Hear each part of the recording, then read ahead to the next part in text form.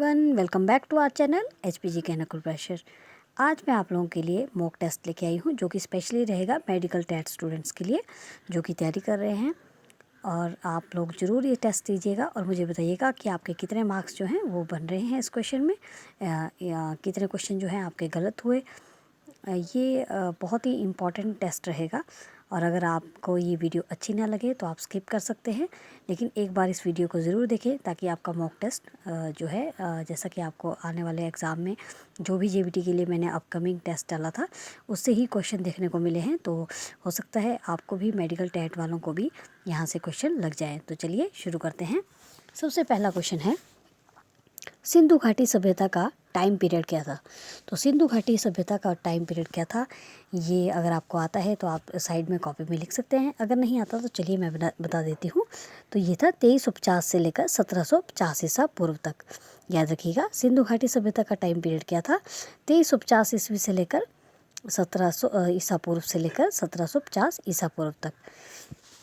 Next question देखते हैं। हड़प्पा जो कि हड़प्पा पूरा स्थल जो है ये किस नदी के किनारे बसा हुआ था।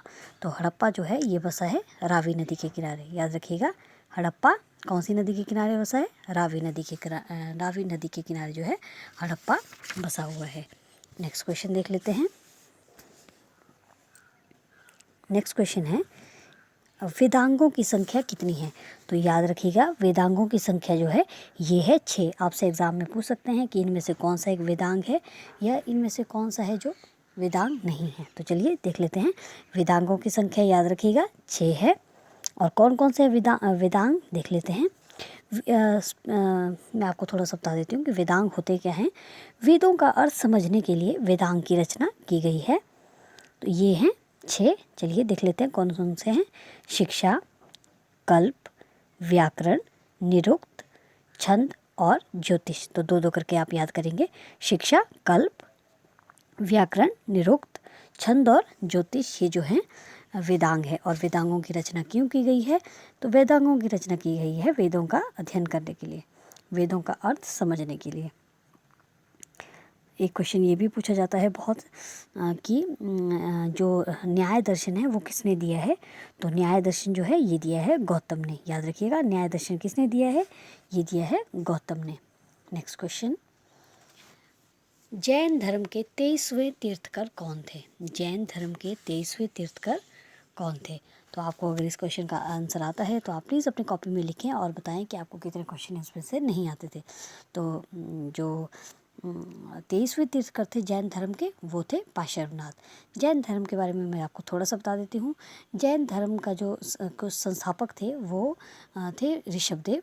जैन धर्म के 24 तीर्थकर हुए हैं, जिसमें कि पहले थे ऋषभदेव और 23वें थे पार्श्वनाथ और 24वें थे महावीर स्वामी। लेकिन हमारे से एग्ज़ाम में क्वेश्चन क्या पूछा गया था, जो मैंने अभी आपको बताया क्वेश्चन, वो था कि 23वें तीर्थकर कौन थे। तो जो 23वें तीर्थकर थे उनका नाम था पार्श्वनाथ। नेक्स्ट आपसे क्वेश्चन पूछ सकते हैं कि सिद्धार्थ जो है ये किसके बचपन का नाम था। महात्मा बुद्ध का बचपन का नाम क्या था, ये था सिद्धार्थ। और बौद्धों की जो भाषा थी वो कौन सी है। बौद्ध धर्म के जो उपदेश थे उनकी भाषा थी पाली। और जैन धर्म की याद रखिएगा, जैन धर्म की है प्राकृत।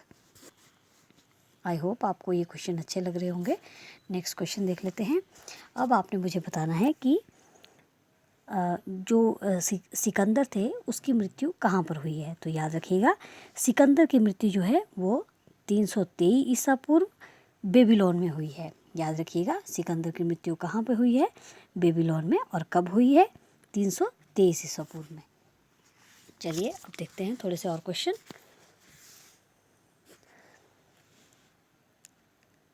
आपको एग्ज़ाम में ये भी पूछा जाता है बहुत बार क्वेश्चन कि किसे जो है किस मुग़ल बादशाह को शाहे बेखबर कहा गया है। तो याद रखिएगा, खफ़ी खान को जो है शाहे बेखबर कहा गया है। Very very important question. Next देख लेते हैं। नेक्स्ट क्वेश्चन है, जो मराठा साम्राज्य के संस्थापक थे शिवाजी, उनकी माता का क्या नाम था। तो याद रखिएगा, उनकी माता का नाम था Jijabai. Very very important question. और इनके बारे में आप एक और बात याद रखेंगे, जो शिवाजी थे, शिवाजी ने जो है पुरंदर की संधि की थी 1665 में। वेरी वेरी इंपॉर्टेंट क्वेश्चन कि पुरंदर की संधि कब हुई थी? ये हुई थी 1665 ईस्वी में। और किसके बीच हुई थी? जय सिंह और शिवाजी के बीच हुई थी। Very important question. Next question देख लेते हैं। नेक्स्ट जो हमारा क्वेश्चन है वो है कि किस मुग़ल बादशाह ने अपने राज्य में जो है न्याय के लिए जंजीर की स्थापना की हुई थी। तो इसने अपनी प्रजा के लिए जो है सोने की जंजीर लगाई थी, जिससे कि न्याय की जंजीर कहा गया था। तो सही आंसर आ जाएगा Jahangir. Very very important, Jahangir is the right answer. Next question देख लेते हैं। नेक्स्ट क्वेश्चन है 1857 के विद्रोह में बरेली से कौन थे? यानी कि जैसे कि आपने सुना होगा कि कानपुर से आपको पता है तात्या टोपे और नाना साहब थे, तो उसी तरह से बरेली से कौन थे? ये क्वेश्चन एग्ज़ाम में बहुत पूछा जाता है। 1857 का इस बार बहुत ही ज़्यादा एग्ज़ाम में पूछे जा रहे हैं क्वेश्चन, तो आपने याद रखने हैं। बरेली से थे खान बहादुर खान, याद रखिएगा, खान बहादुर खान जो है ये बरेली से थे। नेक्स्ट क्वेश्चन है विधवा पुनर्विवाह अधिनियम कब पारित किया गया? और इसमें से ये भी पूछा जा सकता है कि विधवा पुनर्विवाह एक्ट के समय जब ये एक्ट पारित हुआ तो उस समय कौन वायसराय थे, या माफ़ कीजिएगा कौन गवर्नर जनरल थे? तो सही आंसर आ जाएगा। सबसे पहले तो जान लेते हैं विधवा पुनर्विवाह एक्ट कब पारित किया गया। तो सही आंसर आ जाएगा इसका 1856। और अगर आपसे पूछा गया कि विधवा पुनर्विवाह एक्ट के समय कौन गवर्नर जनरल थे, तो सही आंसर आ जाएगा Lord Dalhousie. Very very important question. मैं जितने भी क्वेश्चन आपको करवा रही हूँ ये बहुत ही ज़्यादा इंपॉर्टेंट है, हो सकता है आपसे एग्ज़ाम में पूछने को मिल जाए। नेक्स्ट क्वेश्चन है आर्य समाज की स्थापना कहाँ पर हुई? याद रखिएगा, हो सकता है आपने बहुत बार पढ़ा होगा आर्य समाज की स्थापना कब की गई, ये क्वेश्चन पूछा जाता है। लेकिन आर्य समाज की स्थापना कहाँ पर की गई, ये बहुत ही इम्पॉर्टेंट क्वेश्चन है। आर्य समाज की स्थापना जो है ये दयानंद सरस्वती जी ने की 1875 में, लेकिन कहाँ की? ये की है बम्बई में। तो याद रखिएगा आर्य समाज की स्थापना कहाँ की गई है? ये की गई है बम्बई में।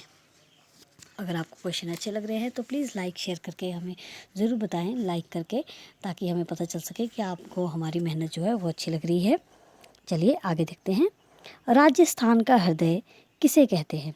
तो राजस्थान का हृदय कहते हैं अजमेर को। 5 नदियों की भूमि किसे कहते हैं? तो ये कहते हैं पंजाब को। आप मुझे कमेंट बॉक्स में ज़रूर बताइएगा कि भारत की जो राष्ट्रपति, आजकल जो करंट टॉपिक है, जिनका नाम है भारत की जो राष्ट्रपति बनी है महामहिम द्रौपदी मुर्मू जी, वो भारत की कितनेवीं नंबर की प्रेसिडेंट बनी है? तो ये मुझे प्लीज़ बताइएगा कमेंट बॉक्स में, ताकि मुझे पता चल सके कि आपकी तैयारी कैसी चल रही है। चलिए आगे देखते हैं। भारत का पेरिस आपको पता ही होगा कौन सा है? Pink city, Jaipur. Next question देख लेते हैं। नेक्स्ट क्वेश्चन आपसे बहुत ही इम्पॉर्टेंट क्वेश्चन है कि जो आपने देखा होगा कि लोकसभा में राष्ट्रपति जो है दो एंग्लो इंडियन सदस्यों को चुनते थे पहले, लेकिन 2019 के बाद इसको जो है समाप्त कर दिया गया है। जो भी दो एंग्लो इंडियन चुने जाते थे उनको नामित करने का जो प्रावधान था वो समाप्त कर दिया गया है। तो ये कौन से संविधान संशोधन के तहत किया गया है? तो याद रखिएगा ये संविधान संशोधन था 104 जो संविधान संशोधन था उसके तहत जो है एंग्लो इंडियन को नामित करने का प्रावधान समाप्त कर दिया गया है।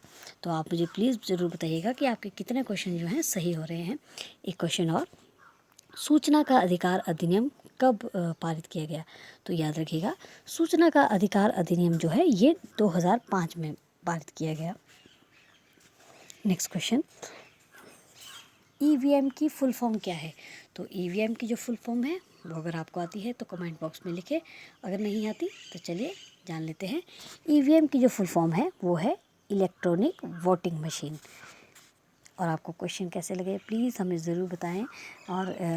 और अगर आपको और भी ऐसी वीडियो चाहिए, ये था पार्ट 1। अगर आपको और भी मेडिकल टेस्ट स्टूडेंट्स को ये वीडियो ये और भी चाहिए आपको, जैसे कि टेस्ट, मॉक टेस्ट, तो प्लीज़ ज़रूर बताएं। मैं आप लोगों के लिए डेली के मेडिकल के लिए मॉक टेस्ट लेके आया करूँगी। Thanks for watching.